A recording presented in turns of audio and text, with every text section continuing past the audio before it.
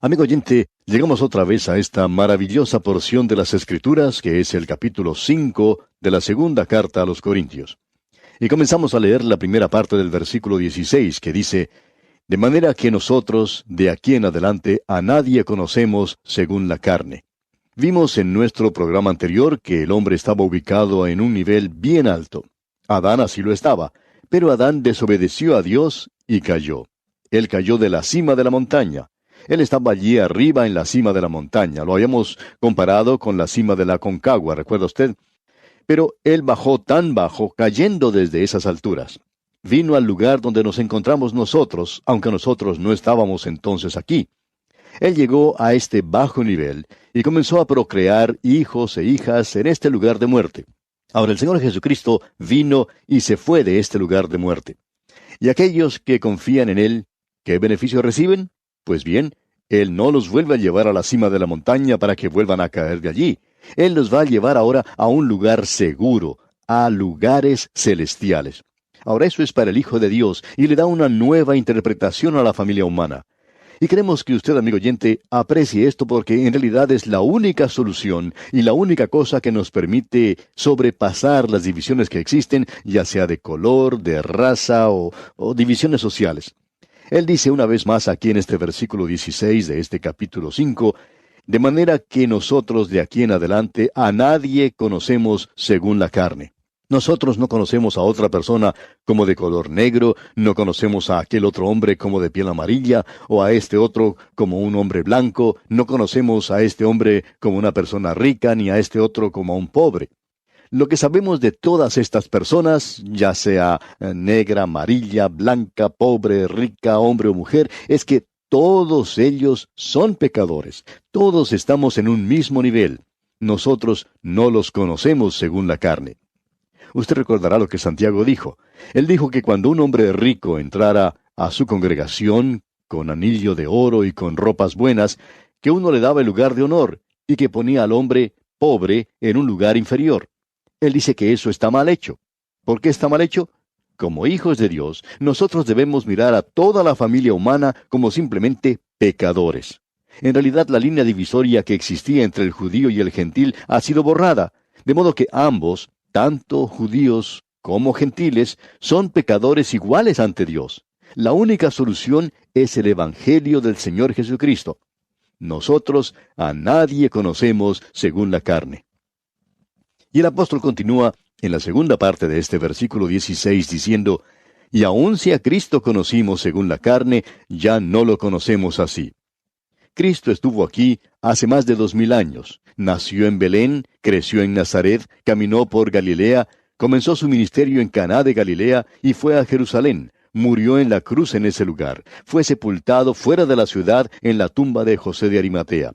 Resucitó nuevamente al tercer día y apareció a aquellos que le pertenecían y ascendió a los cielos. Ahora no lo conocemos más como el hombre de Galilea, amigo oyente. Él no es el hombre de Galilea hoy. Hay muchas personas que durante las fiestas de Navidad cada año hacen un viaje a Belén. Este lugar se llena de personas durante la temporada navideña, y la ciudad de Jerusalén se llena durante la Pascua. Pero la gente que va a esos lugares, no sé lo que estarán buscando. Él no estuvo allí esta Navidad pasada. Es decir, ese pequeño bebé no se encontraba en ese lugar. No lo conocemos más según la carne, amigo oyente. ¿Dónde está entonces? Bien, en este mismo momento, Él está sentado a la diestra de Dios. Él es el Cristo glorificado.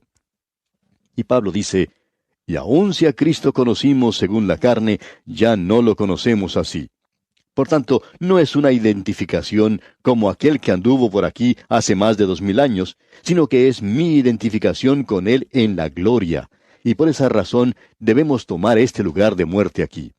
Ahora Pablo hace una declaración fantástica aquí en el versículo 17 que dice, de modo que si alguno está en Cristo, nueva criatura es. Las cosas viejas pasaron.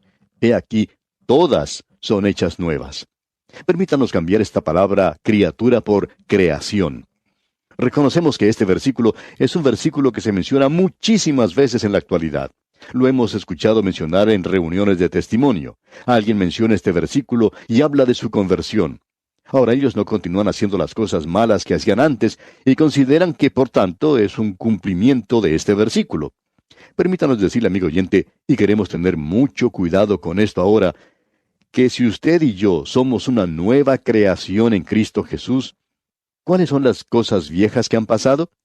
Pues bien, las cosas viejas que han pasado, recuerde que estamos hablando de que nos encontramos al pie de la montaña, donde todos nosotros somos pecadores que hemos confiado en Cristo.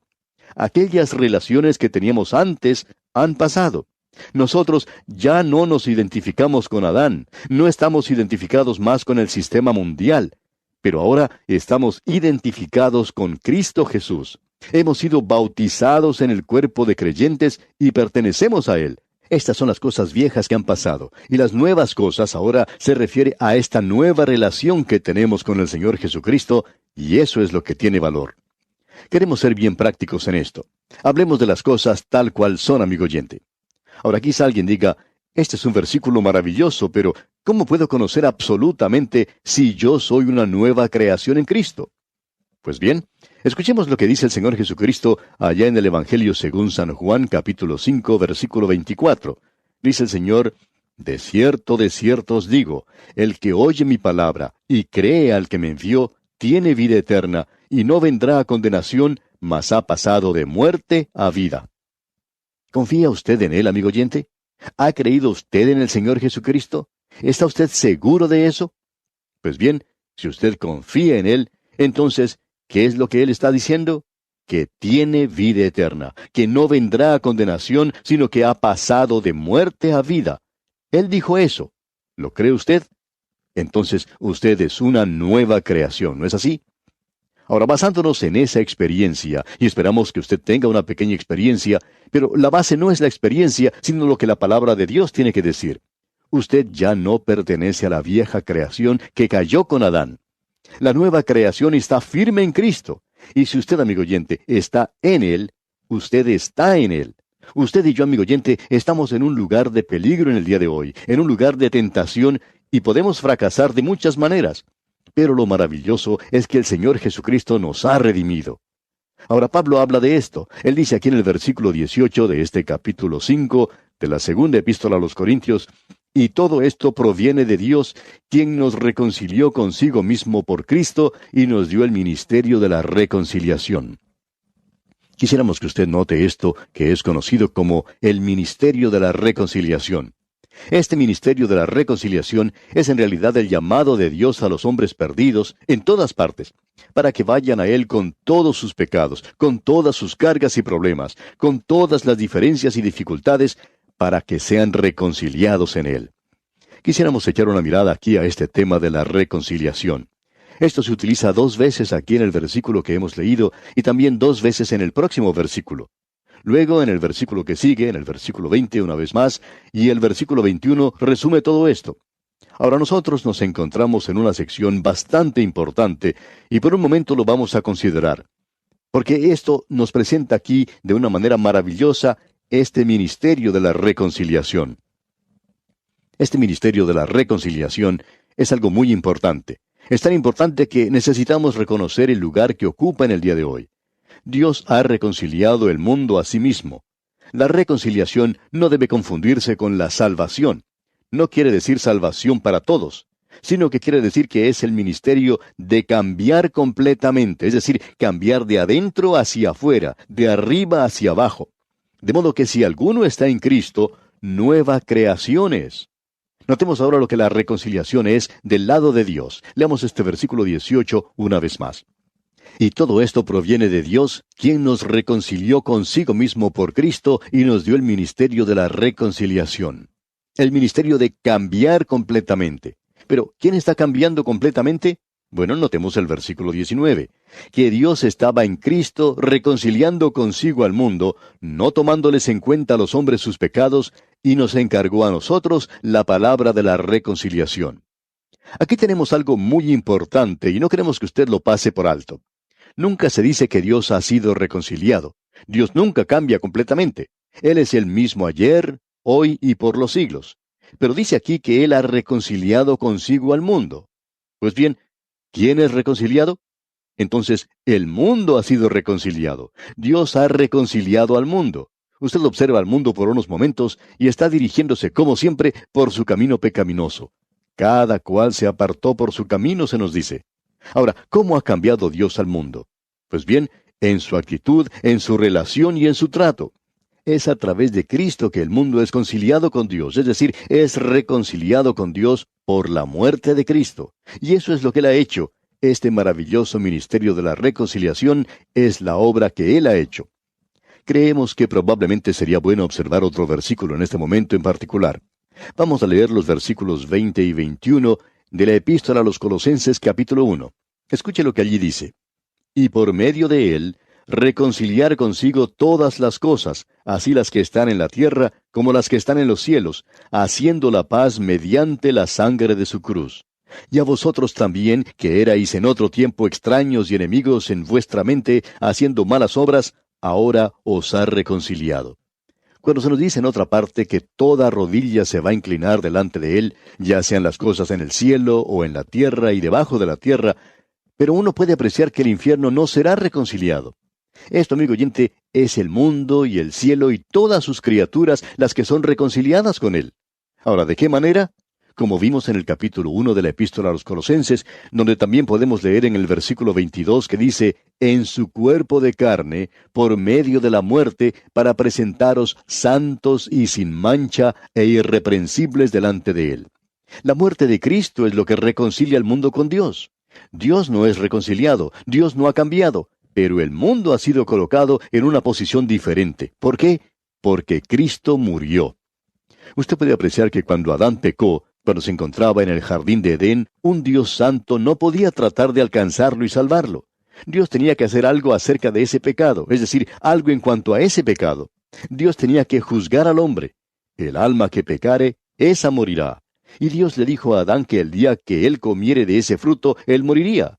Pues bien, él murió ese mismo día, espiritualmente. Y 900 años después, murió físicamente. Él había muerto espiritualmente, no tenía ya capacidad para Dios, alienado y separado de Dios. Y esa es la misma condición en la que se encuentra el mundo. Y Dios lo tiene que juzgar por eso. Pero ahora Dios, en el día de hoy, tiene sus brazos abiertos para un mundo perdido. Y Él le está diciendo al mundo perdido que vaya a Él, que acuda a Él. El peor pecador del mundo puede llegarse a Él hoy. No hay ninguna diferencia en cuanto a lo que usted sea, usted puede llegar a Él. Y esto quiere decir que Dios hoy, el Dios santo que nos debe juzgar, ahora puede alcanzarnos y salvarnos si nosotros nos acercamos a Él. Ahora este cuadro es simplemente esto. Cuando Cristo murió en la cruz, un Dios santo se volvió hacia el mundo. Él no está reconciliado. Él se sentía de la misma manera antes y todos los sacrificios señalaban hacia la venida de Cristo. Y Dios nunca tuvo sino un solo camino para salvar a los pecadores, a aquellos que se volvían hacia Él. Ahora, Él se ha comprometido con esta palabra de reconciliación. ¿Y para quién es la reconciliación? Pues bien, usted puede apreciar que Dios se volvió hacia los hombres. Uno no tiene que hacer nada para ganar su atención. Dios no es un policía que está esperando que nos acerquemos a Él para tomarnos y echarnos a la cárcel. Dios no está enojado con usted. Él no lo odia, al contrario. Dios le ama en este día. ¿Recuerda usted lo que ocurrió con esa mujer que fue llevada ante el Señor Jesucristo allá en el capítulo 8 del Evangelio según San Juan? ¿Recuerda usted lo que el Señor le dijo a ese grupo de líderes religiosos hipócritas? El Señor dijo, el que de vosotros esté sin pecado, sea el primero en arrojar la piedra contra ella. ¿Y cómo se apartó de allí ese grupo? ¿Sabe por qué, amigo oyente? Dice allá en el Evangelio según San Juan que él escribió algo en el polvo.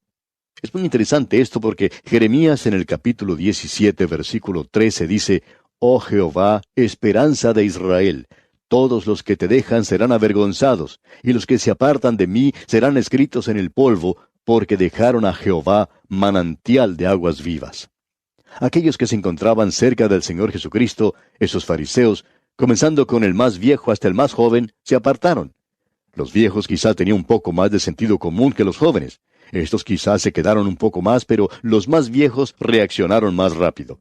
Él estaba escribiendo en el polvo. Uno de los más ancianos podía leer lo que estaba escribiendo. Nadie sabía que él había tenido algo que ver con esa muchacha en la ciudad de Corinto, pero el Señor Jesús sí lo sabía. Quizá lo único que hizo fue escribir el nombre de la muchacha. Y este fariseo anciano ya lo pudo leer y de pronto recuerda que tiene otras cosas que hacer.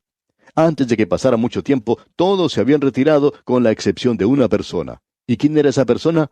El Señor Jesucristo. El único que podía haber arrojado una piedra contra ella, no lo hizo. ¿Qué fue lo que dijo?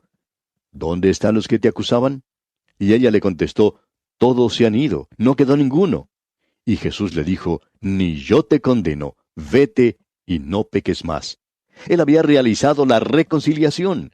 No es que estaba cerrando sus ojos al pecado. Él murió por los pecados de esa mujer. Él le pudo decir a ella, vete y no peques más. Amigo oyente, Dios tiene sus brazos abiertos hacia usted. Veamos ahora lo que Pablo dice en el versículo 20 de este capítulo 5 de su segunda epístola a los Corintios. Así que somos embajadores en nombre de Cristo, como si Dios rogase por medio de nosotros, os rogamos en nombre de Cristo, reconciliaos con Dios. Entonces, ¿cuál es el mensaje? Pues bien, el mensaje de hoy es que somos embajadores. Observemos esto por un momento. ¿Quiénes son embajadores? Pues bien, según el diccionario, es un agente diplomático de primera clase que representa al Estado, al jefe del Estado y al gobierno que lo nombra cerca de otro Estado. El embajador representa a la persona misma del jefe del Estado que le envía. Nosotros somos embajadores de Cristo. Estamos en un país extranjero. Pedro dice que nosotros somos peregrinos y extranjeros en esta tierra. Pablo en su epístola a los Filipenses, capítulo 3, versículo 20, dice, «Mas nuestra ciudadanía está en los cielos, de donde también esperamos al Salvador, al Señor Jesucristo». O sea que nuestra ciudadanía está en los cielos, y nosotros somos embajadores aquí en la tierra. ¿Y sabe una cosa, amigo oyente? Cuando un embajador está presente ante un gobierno, quiere decir que ambos países gozan de relaciones amistosas. Dios todavía está manteniendo relaciones amistosas con este mundo. Pero uno de estos días, amigo oyente, Él llamará a sus embajadores a su patria y entonces comenzará el juicio. Usted puede darse cuenta que cuando el hombre pecó, el Dios Santo volvió su rostro.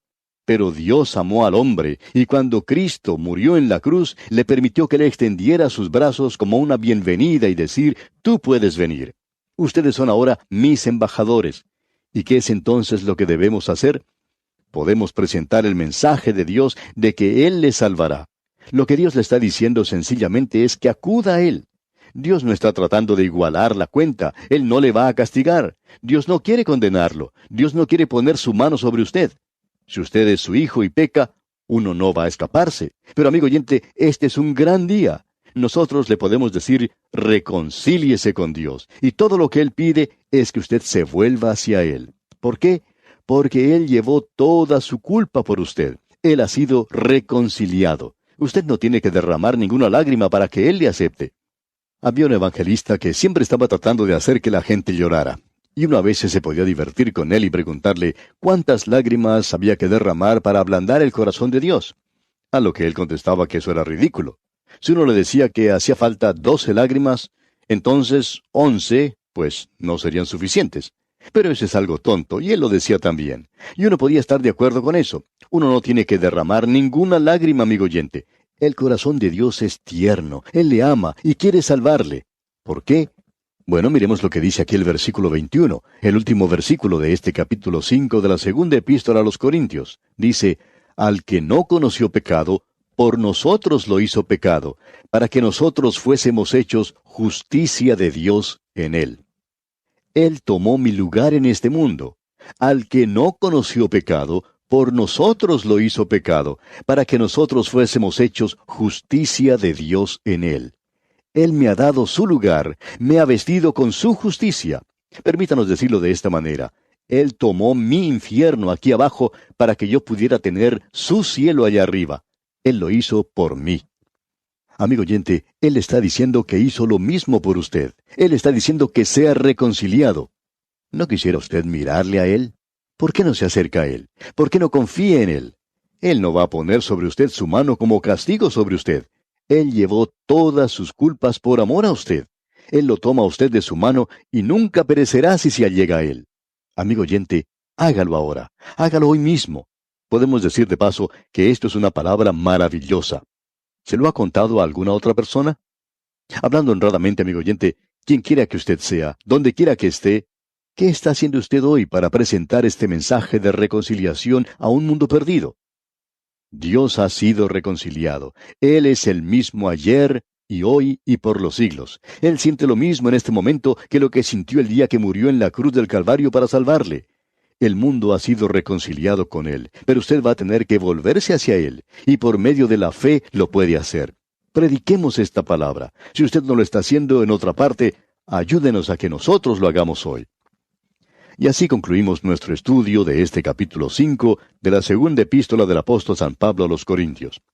Dios mediante, en nuestro próximo programa, comenzaremos a estudiar el capítulo 6. Le invitamos a que nos acompañe.